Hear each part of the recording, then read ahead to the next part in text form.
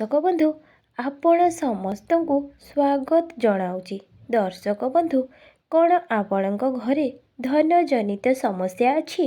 ଆପଣ ଘରେ କୌଣସି ବାସ୍ତୁଦୋଷ ଅଛି କି? ଯଦି ବି ଚାକିରି ବିଦ୍ୟା କ୍ଷେତ୍ରରେ ଉନ୍ନତି କରୁନାହାନ୍ତି, ତାହେଲେ ଆଜିର ଏହି ଭିଡ଼ିଓଟି ଆପଣଙ୍କ ପାଇଁ। ଆପଣମାନେ ଜାଣିଲେ ଆଶ୍ଚର୍ଯ୍ୟ ହେବେ ଯେ ଯେତେବେଳେ ଏହାକୁ ଆପଣ ଘରକୁ ଆଣିବେ, ଆପଣଙ୍କ ଘର ଉନ୍ନତି ଧୀରେ ଧୀରେ ହେବ ଯେ ଆପଣ ବିଶ୍ୱାସ କରିପାରିବେ ନାହିଁ। ଦର୍ଶକ ବନ୍ଧୁ, ଗୋଟିଏ ଧଳା ଅରଖ ଗଛ ଆପଣଙ୍କ ଘରେ ଲଗାନ୍ତୁ।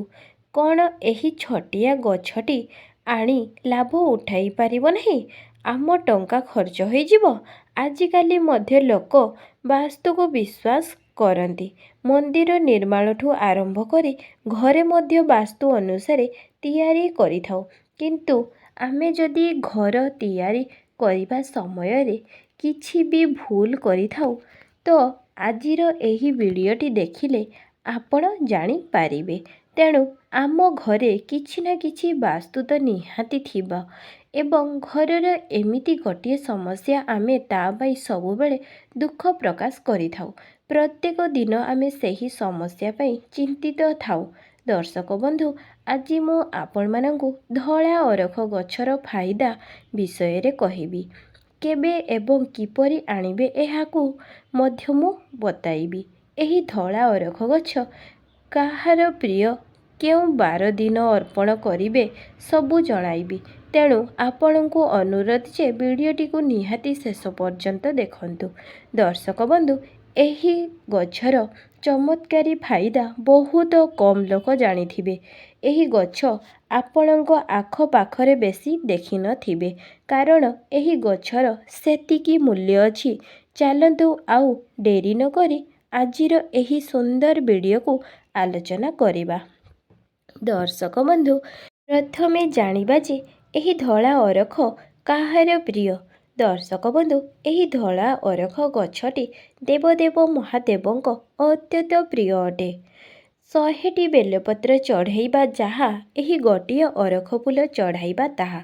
ଯଦି ଆପଣ ସୋମବାର ଦିନ ଦେବଦେବ ମହାଦେବଙ୍କୁ ଚଢ଼ାଇଲେ ଅତ୍ୟନ୍ତ ଶୁଭ। ଏହା ବହୁତ ଅମୂଲ୍ୟ ଅଟେ। ଏହା ସବୁ ଜାଗାରେ ଦେଖାଯାଏ ନାହିଁ। ଯଦି ଆପଣ କୌଣସି ମନସ୍କାମନା ପାଇଁ ମହାଦେବଙ୍କୁ ପ୍ରତି ସୋମବାର ଦିନ ଅର୍ପଣ କରୁଛନ୍ତି, ତାହେଲେ ମହାଦେବ ତାର ସବୁ ମନସ୍କାମନା ପୂର୍ଣ୍ଣ କରନ୍ତି। ଏଥିରେ ତିଳେ ମାତ୍ରେ ସନ୍ଦେହ ନାହିଁ। ଏହି ଧଳା ଅରଖ ଗଛ କେଉଁ ବାର ଦିନ ଘରକୁ ଆଣିବେ? ଦର୍ଶକ ବନ୍ଧୁ, ଆପଣ ଏହି ଧଳା ଅରଖ ଗଛ ମଙ୍ଗଳବାର ଏବଂ ଶନିବାର ଏହି ଦୁଇଟି ଦିନ ଛାଡ଼ିଦେଇ ଆପଣ ଯେକୌଣସି ବାର ଆଣିକି ଲଗାଇ ପାରିବେ। ଏବେ ଜାଣିବା ଯେ ଧଳା ଅରଖ ଗଛଟି ଆପଣ କେଉଁଠାରେ ଲଗାଇବେ। ଦର୍ଶକ ବନ୍ଧୁ, ବାସ୍ତୁଶାସ୍ତ୍ର ଅନୁଯାୟୀ ଯେଉଁ ଘରର ଦାଣ୍ଡ ଦୁଆରେ ଡାହାଣ ପାର୍ଶ୍ୱରେ ଏହି ଧଳା ଅରଖ ଗଛଟି ରୁହେ, ସେହି ଘରେ କୌଣସି ବାସ୍ତୁଦୋଷ ରୁହେନି। କୌଣସି ନକାରାତ୍ମକ ଶକ୍ତି ସେ ଘରେ ପଶିପାରେନି। ସେହି ଘର ଧନଧାନ୍ୟ ସୁଖ ସମୃଦ୍ଧି ପ୍ରଦାନ କରେ।